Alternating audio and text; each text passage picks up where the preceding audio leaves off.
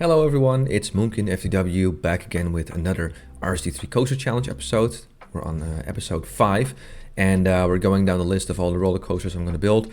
And we've landed on the compact inverted roller coaster, which is one that I've made a few designs before, but very little. So I generally tend to use the normal inverted roller coaster because there's a lot more options. But that's, it adds to the challenge. So right off the gate, I'm going to start up with a lift hill and a turn, and I want to go into a looping and a cobra roll, but I see that the pacing is not that great, so I'm kind of thinking what to do here, and actually have a little bit of difficulty figuring out what exactly I want from this layout, because it would be really cool to also incorporate this overbank turn, but it doesn't really quite work, so I'm extending the chain lift a little bit to add a bit more speed, and then I'm going to use an overbank turn. And I'm thinking about maybe using this type of, I'm not sure what it's called, like a reverse, like a different type of cobra roll, I guess. Basically 2 half loops and of course 2 corkscrews. But again, I'm not quite sure about the layout. I can't quite figure this out. So I'm just gonna fiddle around a little bit, try a helix here and there, but then it hits the ground. So I'm like, okay, this doesn't work as well. Maybe I just go diagonal and it's like, okay, screw it. I'm just gonna go ahead and make a turn. And then I go into a cobra roll. And from here on out, I'm actually able to make a bit better layout, if you will. So I got a helix planned here. I'm like, nah, that doesn't quite work as well. So I'm just going to go ahead and go into a mid-course brake run, which these older roller coasters always have. And I'm going to actually focus on the end of the track to figure out where exactly I want to end. So after the brake run, I'm using a turn and then I'm not sure what this element is called, this corkscrew that goes back, a switch back or whatever it's called, turn back. You guys can correct me. And basically I want to end the ride with a nice little inline twist. And that's it. So the layout is pretty much done. And normally I would resort to using Moby Steel Jungle. But because making support for inverted roller coasters can be very time consuming. And I want this challenge to be kind of fun and have decent looking coasters, but not go super over the top like I did with some projects. So I'm going to resort to JCat Steelworks because they have some pretty decent looking inverted supports. They're not the greatest, but yeah.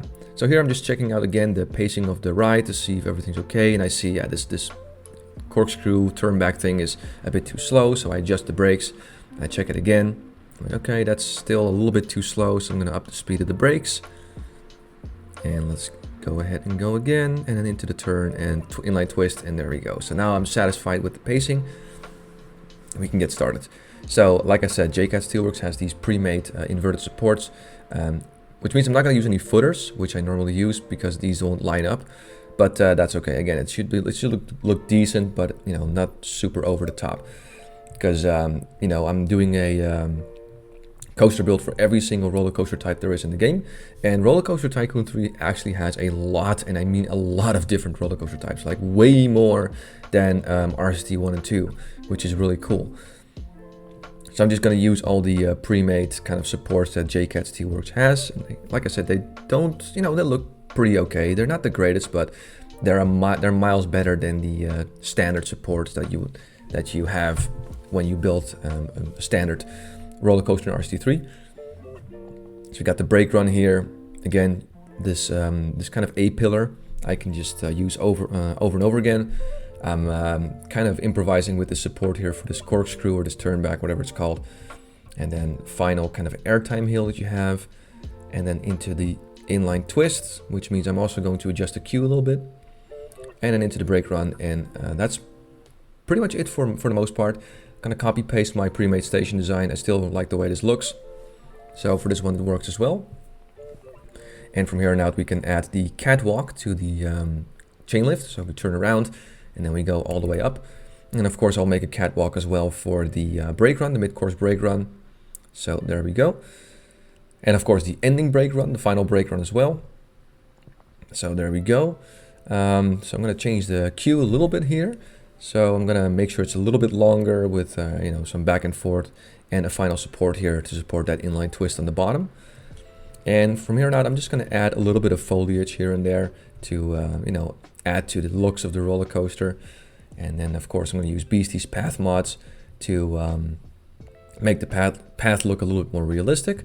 I really like this add-on, a big fan of it. So just trying to figure out how I want to do this, but yeah, I'm getting to it.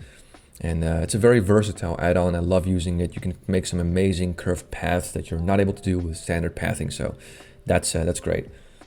So I'm just figuring out which piece I need, and there we go.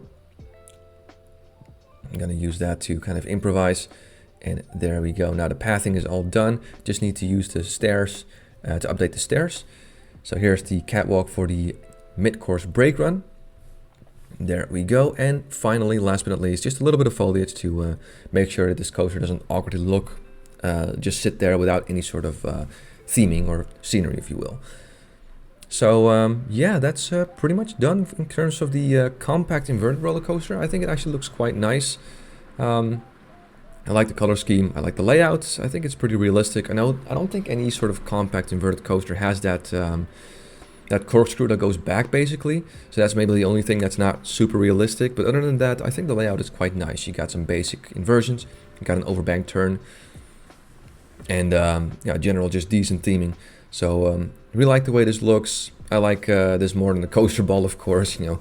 But then again, I have a bit more experience with this, and it's not as challenging because I'm more acquainted with this type of track. So yeah, let's check out the POV and see what it's like to ride this roller coaster. So let's go. Here we go, starting off with the chain lift. And we're going all the way up. It's nice to see that the catwalk lines up pretty well with the trains, so you're not hitting your legs or anything. Okay, here we go. Into the turn, first drop. Nice little looping there. Into the overbank turn. Yeah, that's nice. That must feel great, you know, sitting in an inverted coaster with that big overbank turn. Into a cobra roll. Pacing is pretty good. Yeah, I like it. And then a few quick turns. Into our mid-course brake run. Alright. Here we go into that improvised corkscrew element. A little bit of an airtime hill. And then a quick turn to the left. And then finally an inline twist. And the final 180-degree turn. And there we go. Back at the station. That's pretty cool. I'm genuinely happy with the way it looks. That's a nice layout. Simple, effective. I'm genuinely proud of what I made here, so that's pretty cool. And that concludes episode 5 of the RCT3 challenge. I'll be back with episode 6. But for now, thank you very much for watching and have yourself a wonderful day.